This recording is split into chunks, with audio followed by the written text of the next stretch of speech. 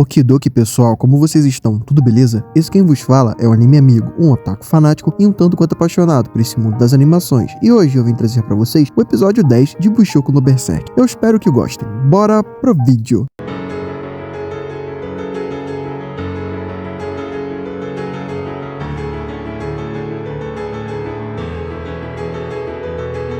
O episódio começa com a Rox conversando com o cavaleiro responsável por Babilônia, e ele relata que o pessoal que eles mandaram numa expedição perdeu o contato com eles, e a Rox reúne o pessoal dizendo que eles vão atrás para saber o que aconteceu. Depois disso, vemos o Fate conversando com aquele ferreiro, e o ferreiro diz que vai precisar de um cristal mágico para poder fazer a bainha da ganância. O Fate pergunta o que era isso e onde ele poderia arrumar um, e o ferreiro diz que em Galha. O Fate corta ele dizendo que vai lá buscar, e o ferreiro diz que já que é o caso, ele faria um bom desconto pro Fate. Depois vemos o Fate olhando um mapa junto com a ganância e marcando os locais de interesse onde eles poderiam achar esses cristais. Eles começam a jornada e vemos ele enfrentando um grupo de orcs. O Fate saca o escudo e usa aquele ataque de investida nos bichos. Ele vai matando um a um e vemos que ele ficou muito tempo nessa luta, pois quando ele começou estava de noite e vemos o dia praticamente amanhecer. E na cena seguinte, vemos o grupo da Rox perdido no meio da expedição, pois a sua bússola não funcionava. Eles ficam confusos e pensando o que eles deveriam fazer a partir dali, e a Rox diz que o caminho pode ser avaliado pela densidade de orcs, dizendo que quanto mais orcs por área, mais perto dos objetivos eles estariam. E o anime volta pro Fate descansando. A ganância fala que é bom dar uma pausa às vezes, se manter sempre no pique das batalhas. O Fate aparentemente adormece e vemos ele num espaço branco com aquela garota Quimera. E bom, ela fala algo que não dá pra gente ouvir. E do nada, o cenário que o Fate está vira um mar de sangue cheio de monstros. O Fate fica assustado com a situação e do nada o Rado e um dos homens do Rado que ele matou naquela batalha surge e tentou afogar ele nesse mar de sangue. O Fate fica desesperado e acaba sendo afogado. Ele acorda assustado, se perguntando o que aconteceu, e do nada ele sente a presença de uma fera coroada e fica se perguntando onde ela está e se ela tem a ver com isso. Eles conseguem achar 4 salamandras, e o Fate puxa o seu arco e consegue acertar uma delas. Ele fica estranho com a reação delas e fica se perguntando o que está acontecendo. A ganância diz que é como se elas estivessem sendo controladas, e o anime corta pro grupo da Rox sendo atacado por essas salamandras. O pessoal fica num mar de chamas e aquela garotinha tenta atacar uma das salamandras, mas leva uma porrada só e fica ferida, e aquele homem tem que pular para salvá-la. Quando ela está prestes a ser finalizada, o Fate aparece e salva a Rox e a guria. Ele voa nas outras salamandras e abate elas sem problema algum. O cara fica impressionado com os feitos do Fate e vemos a Rox agradecendo pela ajuda que ele deu. Aquela guriazinha lá dá uma tsundereada nojenta e leva uma moca do cara por uma falta de educação. O Fate, depois disso, nota um emblema na salamandra e diz que ficou preocupado com essa situação. E bom, o pessoal nota que as outras salamandras também têm esses emblemas estampados nos seus corpos. E o homem diz que tem outra coisa estranha, que é o fato de feras coroadas não andarem junto, mas nesse caso elas estavam em grupo, e o pessoal fica nesse clima de desconfiança com a situação. A Rox leva o Fate num local que ele queria ir e eles vão se despedindo. A Rox estende a mão pro Fate e ele não pega, por medo de ativar aquela habilidade de telepatia que ele pegou lá nos primeiros episódios. E a guria pequenininha pega a mão do Fate e vemos esses pensamentos sem graça dela de tsundere maluca. E depois disso, a Rox se desculpa pela situação e vai embora. A ganância começa a rir do rolê todo e o anime corta pro Fate andando por uma floresta. Ele estranha um local tão verde no meio do deserto, e quando ele dá uma olhada em volta, ele nota que tem alguns monstros petrificados. A ganância diz que deve ter algo a ver com o lugar. O Fate acaba se assustando ao ver uma estátua que parecia ser ele, em meio às outras. Ele dá uma olhada ao redor e encontra a Ares encarando algo, e ele vai até o local e acaba perdendo ela de vista, mas ele se depara com uma quimera preta. A ganância nota que a quimera não tem um núcleo, e diz que ela não deve oferecer perigo se continuar assim. O Fate nota que deveriam ter mais 3 quimeras ali, que não estão no local, e pensa que deve ser disso que a Ares estava atrás. E do nada o Fate escuta uma explosão e diz que era na direção que a Rox tinha marchado. Vemos ela e o seu grupo lutando contra as 3 quimeras, e bom, eles são gravemente feridos no meio da batalha. O Fate aparece e consegue controlar a situação, e pergunta como eles estão de baixas. A ganância nota que a regeneração das quimeras está bem mais fraca, nem se compara àquela primeira quimera que eles enfrentaram, e o Fate explica pra Rox que eles têm que atacar o núcleo para poder derrotar as quimeras sem maiores problemas, falando daquele esquema que a Mine passou pra ele. As quimeras tentam se afastar e da Rox e também tentam cobrir seu núcleo com os braços. O Fate avança e consegue derrubar uma delas, e a Rox aproveita a oportunidade e a finaliza, acertando bem no seu núcleo. Aquela outra garota está tentando atrasar a outra quimera, mas ela está tão apavorada que ela começa a berrar que nem uma idiota. O Fate aproveita a chance e toma o lugar dela para lutar. Ele se junta com a Rox e eles usam aquele mesmo combo de ataques de antes para derrubar a segunda quimera e conseguir finalizá-la. E bom, eles conseguem, e fica ficam frente a frente com a última quimera. A última quimera dá um salto e o Fate e a Rox combinam acertarem ela juntos assim que ela pousasse no chão. E bom, a quimera, quando ela pousa no chão, o chão embaixo deles racha e derruba os dois num tipo de fosso. O Fate aproveita a chance e agarra a Rox, dizendo pra ela se segurar nele, pois ele tem um corpo forte e ele conseguiria aguentar a queda. A Rox, sem nem pestanejar, se agarra nele e os dois caem no chão. O anime corta pro Fate acordando sem a máscara e tentando entender o que tinha acontecido ali. Ele ouve a Rox chamar ele de feio e responde ela por instinto. E depois ele se liga na merda que ele se meteu e pensa que deu chave do Midas pra ele, rapaziada. Ele caça a máscara e só pra piorar a situação, ele vê que ele estava sem ela. A Rox começa a acordar e ele consegue pegar a máscara antes dela conseguir ver o rosto dele. O Fate acende uma magia de fogo pra iluminar o local e, bom, começa a explicar melhor pra ela o que são as quimeras. Pergunta pra Rox se ela tinha conseguido achar a sua tropa. Ela diz que ela conseguiu, mas infelizmente o pessoal já tinha morrido. E bom, a Rox pergunta como ele tem todas essas informações sobre a quimera e ele diz que uma antiga moradora de Galia tinha dado pra ele. A Rox começa a falar que provavelmente conhece ela e começa a descrever a Mine. O Fate tenta enrolar ela na conversa e começa a desconversar a parada toda. E bom, eles acabam nessa situação meio constrangedora. A Rox diz que o jeito do cadáver, que é assim que ela está chamando Fate, parece com uma pessoa que ela gosta muito e começa a falar do Fate. O nosso querido Fate responde pra ela que, bom, ela fez o certo em vir nessa expedição e que essa pessoa que ela estava falando deve estar muito feliz pelas escolhas dela. E bom, do nada, o Fate fica todo alegre com a situação e a Gula se ativa sozinha, só pra variar. O Fate sai correndo com a Gula ativada e ele consegue localizar aquela quimera e começa a lutar contra ela. Quando ele vai atacar o núcleo da quimera, ele começa a ter flashes da Rox como se ela fosse o núcleo da quimera. E bom, após ele dar diversos golpes e destroçar a quimera toda, ele nota que o Orc tinha a mesma marca das salamandras e ele associa isso tudo a Ares, sobre aquele papo da Rox morrer. A Rox aparece e o Fate diz que já derrotou a quimera. E bom, do nada o teto em cima deles desaba. O Fate consegue correr e invocar o escudo para proteger a Rox e eles acham uma porrada daqueles cristais mágicos, convenientemente, né, que o Fate estava procurando. Os dois, depois disso, conseguem subir até a superfície e encontrar com os companheiros da Roxy. E depois do pessoal se acertar e se despedir, vemos que tem um outro homem caminhando no deserto com aquela mesma máscara que o Fate estava usando. E bom, após a ending, vemos que o nome do próximo episódio será Marcha para a Morte. Bom, pessoal, eu acho que a essa altura do campeonato eu só vou continuar com o anime, pois eu tô trazendo um resumo pra vocês. Esse treco tá bem sofrível de acompanhar. As lutas estão bem sem graças e sua maioria estática, e a trilha sonora também tá bem fraquinha. Os personagens, cara, até agora estão com zero carisma e zero personalidade. Nenhum deles conseguiu me cativar muito. E, tipo, a mais divertidinha era a Mine e, porra, ela estava longe de ter uma personalidade cativante, chamativa. A Ganância também é um pouco divertida, mas eu acho que eu gostei um pouco dela por ela ter me lembrado